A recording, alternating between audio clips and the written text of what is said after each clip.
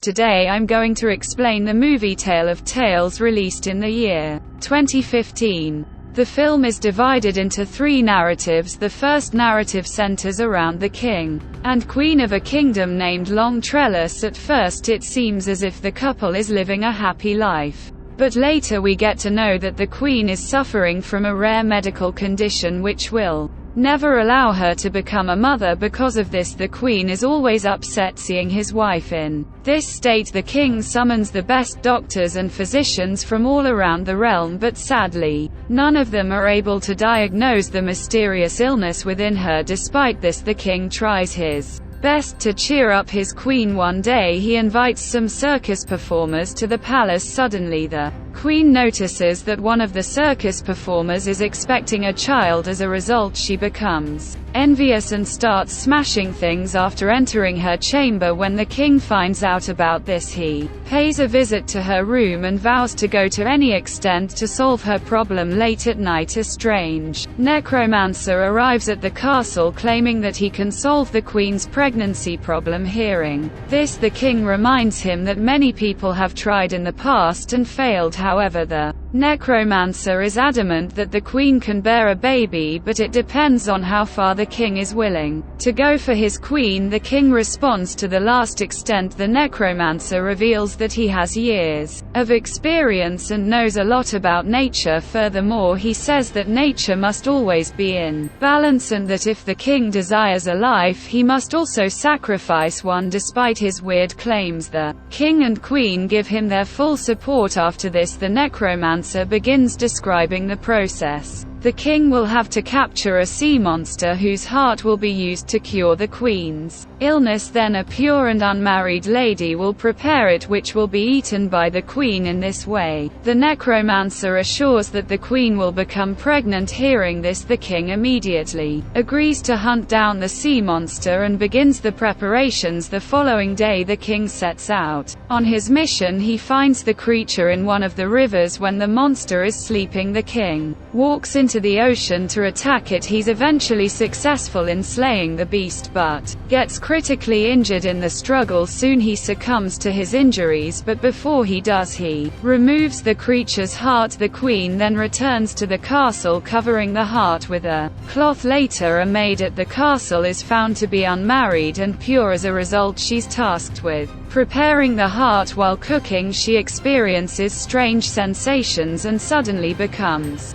pregnant. Soon the queen consumes the heart and finally she becomes pregnant. In the next scene, the maid and the queen give birth to their children at the same time. The boys look to be the same age. The queen's son is named Elias, whereas the maid's son is named Jonah. The movie then fast forwards to 16 years, where the children have now become adults. The queen is living a happy life with her son Elias, as she thinks that she's been given a second chance at life. However, the two children, who were born on the same day and look like twins, are not typical children, as the sea monster is represented by the white tone of their hair. They have a strong friendship and are extremely close to each other. The queen, on the other hand, despises their friendship. She informs her son that as a prince he's not permitted to be friends with the maid's son Jonah. Despite this, Elias ignores his mother and continues to meet with Jonah. Later we also get to know that the kids have the capacity to breathe underwater in a unique way. In the next scene, the queen threatens her maid that if she doesn't prevent her son from meeting Elias, she and her kid will be expelled from the country. Nonetheless, the two seem unconcerned and meet on a regular basis. They cross the line one day when Jonah wears Elias's clothing and goes to the queen. When she discovers the truth, she chooses to exile Jonah from the kingdom. Elias makes an attempt to stop him but fails. Jonah then cuts off a tree with his knife, and water starts to flow from there. He tells Elias that as long as the water is clean, he should know that he's alive, and as soon as it becomes red, he should understand that Jonah's life is in jeopardy. After saying that, he walks away. Elias checks the water regularly to see if it has turned red. One day the water turns red and he realizes that something is wrong. In order to find Jonah, he leaves the kingdom without notifying his mother. After a long search, Elias finally he reaches Jonah's house, he discovers that Jonah has married a young woman. The people there identify him as Jonah, since they share the same facial features. Then he learns that Jonah had gone to the forest 5 days ago and has not returned since. Elias then goes out in search of Jonah while the queen grows more concerned about him. Left with no options, she approaches the necromancer again, but he asks the same thing, that if she wants her kid to return, she must make a life sacrifice. The queen immediately accepts this proposal. Elsewhere, Jonah is seen injured inside a cave. A flying creature then strikes and attempts to kill him. After hearing him scream, Elias locates Jonah and terminates the creature with his sword. However, Elias is unaware that the creature is none other than his own mother, but that's what was agreed upon. Life for life. In the final scene of the first narrative, Elias ascends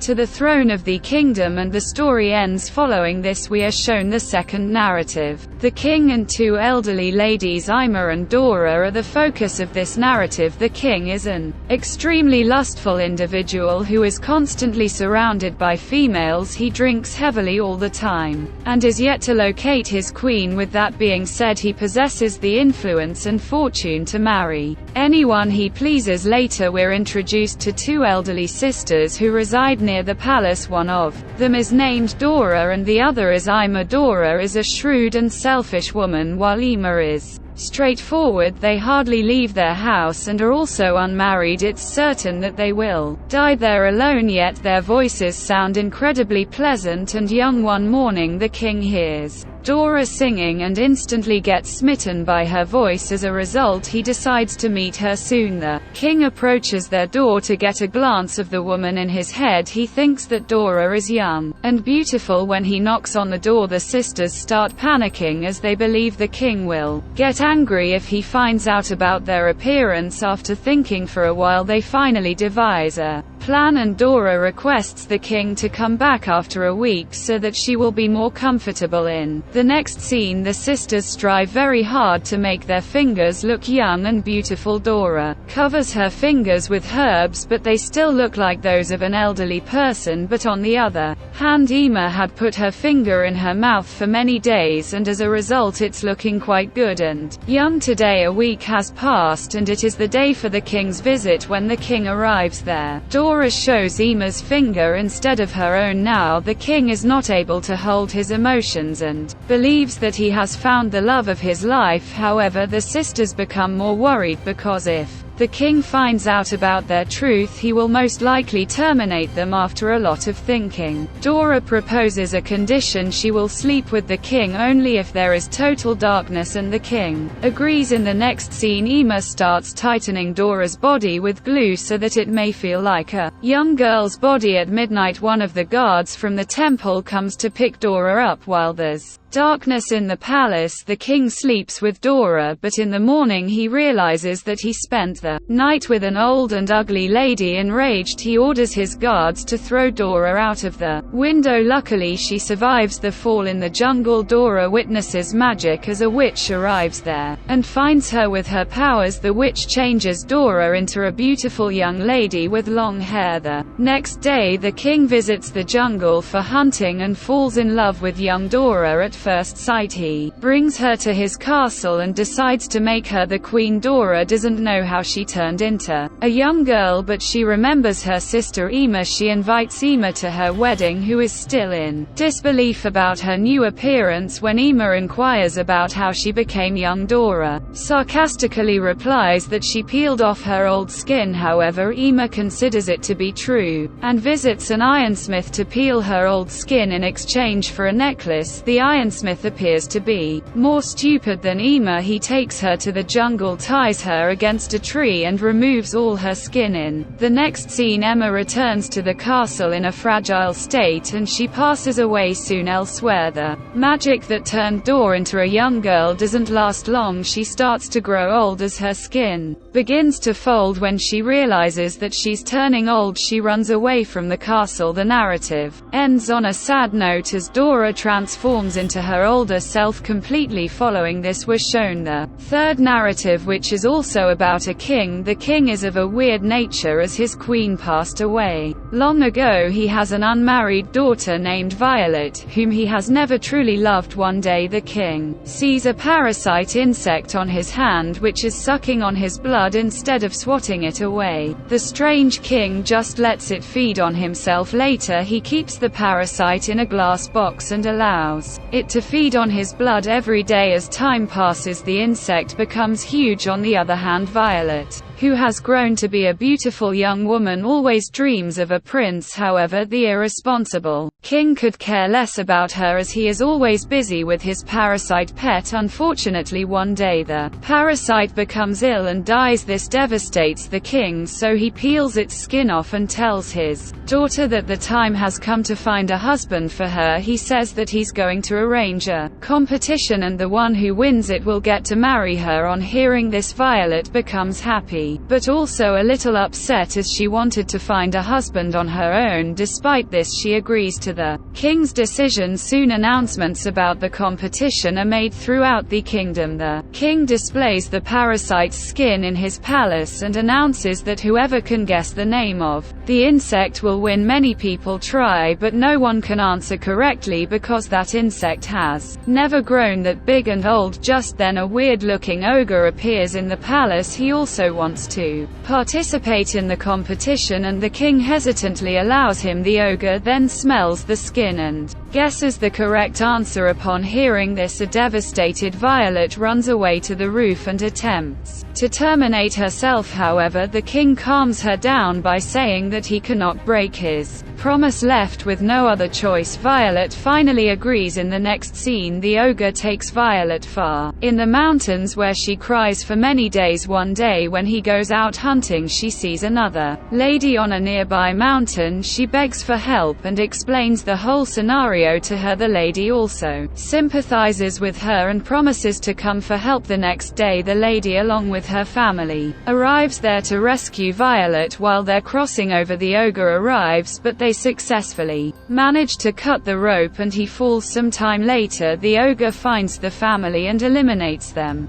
one by one. He then chases Violet into a cave and begins hugging her. Violet also pretends to care, but the moment he's distracted, she finishes him off with a knife. In the next scene, Violet returns to the palace with the ogre's severed head and places it next to everyone. She then says, "This is the husband you chose," and starts crying. The king is also devastated by the sight and falls to his knees. In the final scene, Violet becomes the queen of the kingdom and the movie ends here. That was all from the video. I hope you liked it. Subscribe for more content like this and hit the like button to help us out. Also leave a comment if you want us to recap your favorite movie. Until next time, take care.